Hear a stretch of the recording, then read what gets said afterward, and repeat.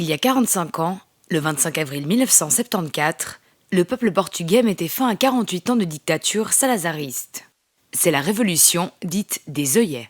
Ça a été initié par un coup d'État militaire, des militaires des structures intermédiaires de l'armée, et après, le peuple il a pris les choses en main.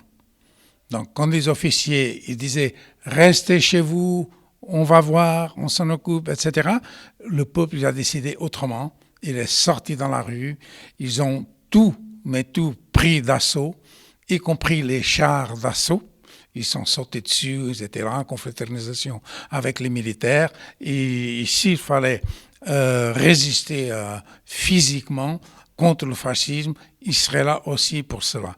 Donc la date, elle est une date fondamentale dans l'histoire du peuple portugais. C'est pour la première fois qu'un peuple a réagi comme ça, qui a occupé les usines, qui a occupé les terres, a occupé les maisons vides. Ils ont relancé vraiment tout un processus révolutionnaire avec les travailleurs, avec les paysans, avec les ouvriers des usines. C'était un truc vraiment extraordinaire.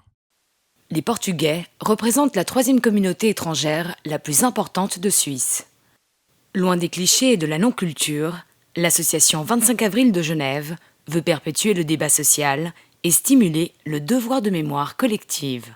Un peuple qui n'a pas son histoire, il n'avance pas. Donc, même dans l'immigration, c'est un devoir que nous avons de continuer, perpétuer cette histoire.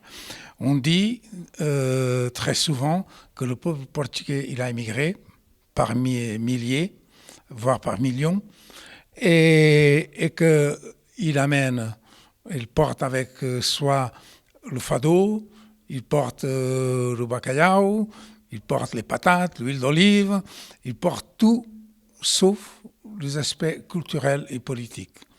Et ça, c'est un devoir pour nous de le faire, d'introduire cet élément culturel et politique dans le débat de l'immigration. Le samedi 5 octobre, l'historien spécialiste de l'histoire du Parti communiste portugais, João Madeira, tenait conférence à l'Université ouvrière de Genève. Le Parti communiste portugais a une singularité importante du fait de sa longévité. C'est un parti presque séculaire qui a traversé des périodes très différentes et très difficiles. Il naît sous la Première République portugaise en 1921. Il traverse toute la dictature militaire et l'Estado Novo. Et après le 25 avril, il joue un rôle fondamental dans la construction de la démocratie. Et il survit à la fin de l'Union soviétique et du monde socialiste d'alors.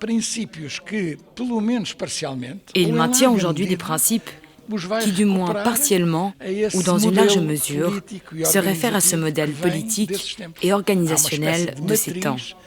Il y a une sorte de matrice sous-jacente à sa longévité.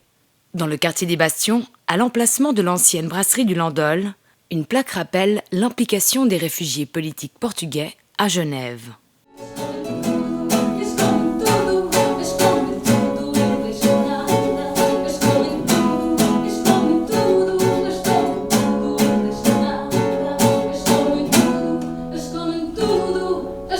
Tudo